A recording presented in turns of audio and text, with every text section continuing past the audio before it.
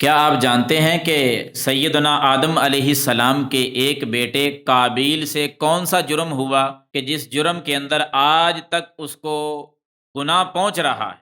تو آئیے نوٹ کیجئے، صحیح بخاری میں ہے، قابیل اور حابیل یہ دونوں آدم علیہ السلام کے بیٹے تھے، جھگڑا ہوا، قابیل نے اپنے بھائی حابیل کو قتل کر دیا۔ نبی صلی اللہ علیہ وسلم کی حدیث صحیح بخاری میں فرمایا کہ جتنے بھی قتل ہو رہے ہیں قیامت تک جتنے لوگوں کو ظلمن قتل کیا جائے گا، ہر قتل کا گناہ آدم کے بیٹے قابیل کو پہنچتا رہے گا، اس کے نامہ اعمال میں درج ہوتا رہے گا، کیونکہ اس نے یہ کام سب سے پہلے شروع کیا تھا۔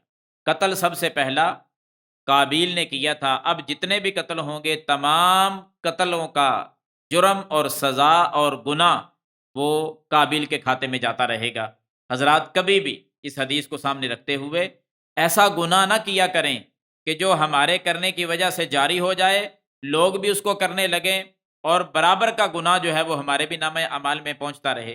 ہاں، نیکی ہم سے ایسی ہونی چاہیے، کوئی نیکی کا کام کر جائیں کہ ہمارے بعد کوئی دوسرے بھی کرتے رہیں اور ہمارے نامہ اعمال میں نیکیاں درج ہوتی رہیں۔ بہت ساری دنیا گناہوں کو پھیلانے میں لگی ہوئی ہے۔